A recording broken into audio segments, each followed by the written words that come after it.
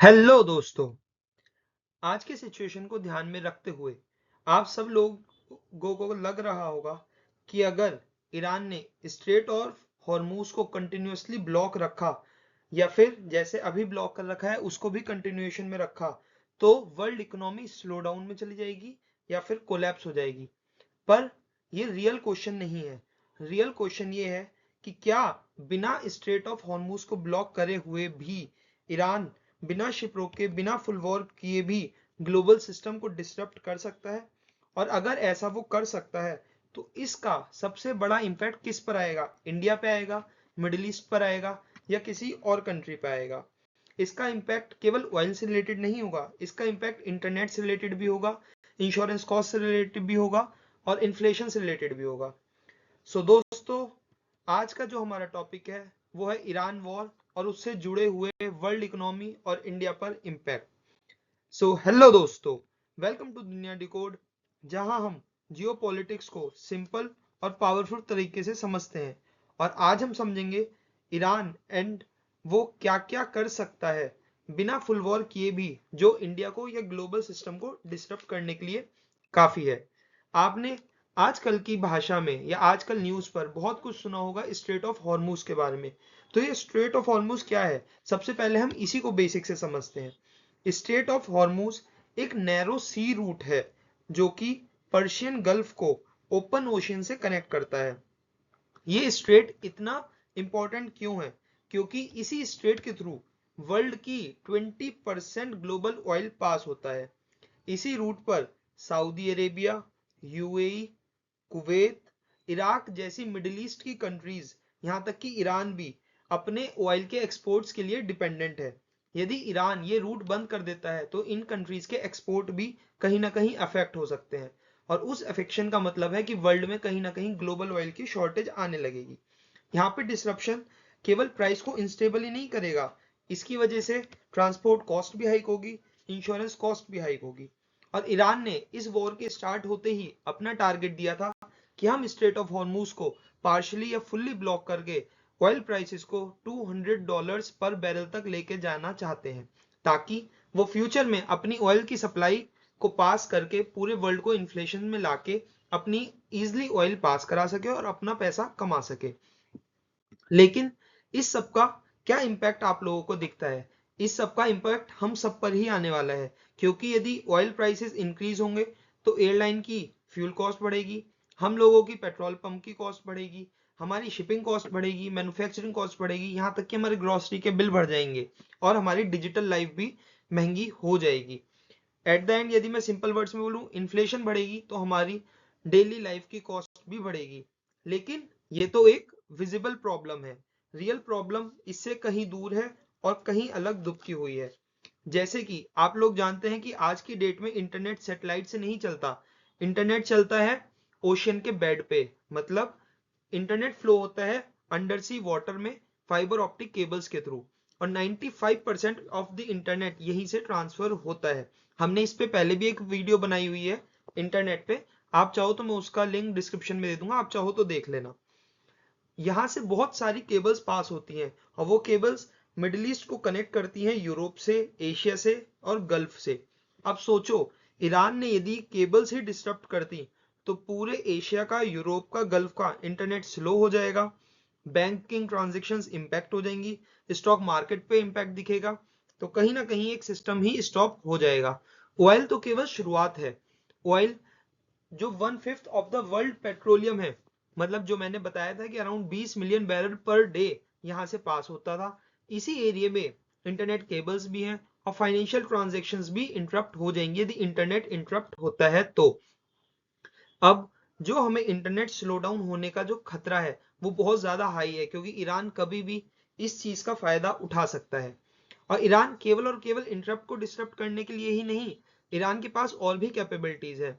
वो सिर्फ physical infra ही नहीं, डिजिटल वॉरफेयर भी एक बड़ा टूल बना रहा है।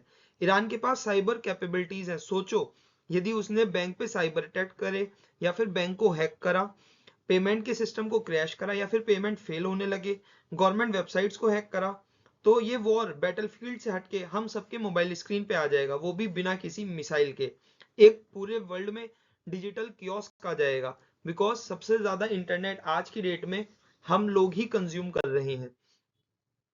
सो इन सबको शॉक देने के लिए ईरान को कुछ ज्यादा नहीं करा। और सबसे शॉकिंग जो ईरान के पास ये सब फुल स्केल वॉर के लिए भी जरूरत नहीं है, बिना फुल स्केल वॉर के भी ईरान ये सब कर सकता है। ईरान सिर्फ एक काम करे, शिपिंग को रिस्की बना दे, जैसे टैंकर को हरेस करे, रूट्स को अनसेफ कर दे, शिप्स को डिले करा दे। इन सब का इम्पैक्ट क्या होगा? इन सब का इम्पैक्ट होगा कि इंश्योरेंस कॉस्ट बढ़ जाएगी, शिपिंग कॉस्ट बढ़ जाएगी, ग्लोबल सिस्टम धीरे धीरे डिस्टर्ब हो जाएगा और ऑटोमेटिकली प्राइस इंक्रीज हो जाएंगे और इन्फ्लेशन बढ़ जाएगा। आज की डेट में ये सब प्रैक्टिकली इम्पॉसिबल नहीं है, बिकॉज जैसे कि सिचुएशन चल रही है, वॉर ऑन गोइंग है, ये सिचुएशन कहीं ना कहीं बढ़ती ही जा रही है दिन प्रतिदिन। ये सिर्फ थ्योरी नहीं है, रिसेंट टाइम में हमने देखा भी है कि ऑयल फैसिलिटीज पर अटैक हुए हैं, शिप्स पर इंसिडेंट्स हुए हैं, रीजनल टेंशंस राइज हुई है। ये सिर्फ ईरान ही नहीं कर रहा है, ऐसा ईरान के साथ भी हो रहा है। ईरान के अंदर भी स्ट्राइक्स हो रहे हैं, रीजनल कॉन्फ्लिक्ट भी कंटिन्यूसली एस्केलेट हो रहे हैं। मतलब ये सिनेरियो ऑलरेडी बिल्डअप हो चुका है। अब ये सारी टेंशन कैसे इंडिया को इम्पैक्ट करती हैं, या फिर कैसे पूरे वर्ल्ड को इम्पैक्ट करती हैं?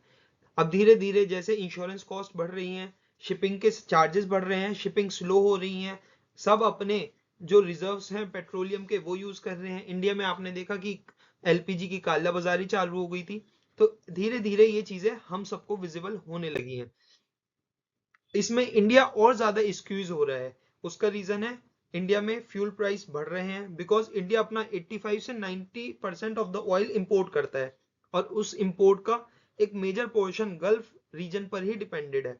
अगर क्राइसिस होता है तो पेट्रोल प्राइसेस बढ़ते रहेंगे, इन्फ्लेशन बढ़ती रहेगी, स्टॉक मार्केट अनस्टेबल हो जाएगा और रुपी डॉलर के कंपैरिजन में और प्रेशर में आ सकते हैं। वो ऑलरेडी 93 पर डॉलर के ऊपर जा चुका है, बट अभी और भी उम्मीद है कि वो और भी गिरेगा।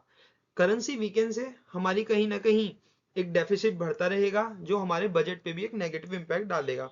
और डिजिटल साइड की यदि मैं बात करूं तो इंटरनेट भी डिसरप्ट हो सकता है, पेमेंट के डिले हो सकते हैं। सो ये सिर्फ जियोपॉलिटिक्स ही नहीं, ये आपकी डेली लाइफ को भी इम्पैक्ट कर रहा है। इंडिया डायरेक्टली इस वॉर में नहीं है, पर इंडिया के आसपास की सिचुएशन भी आसान नहीं है।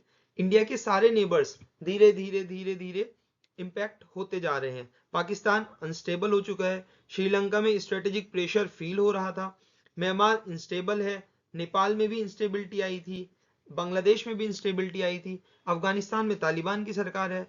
तो कहीं ना कहीं इंडिया की सराउंडिंग्स और ज्यादा इंपैक्ट फील कर रही हैं।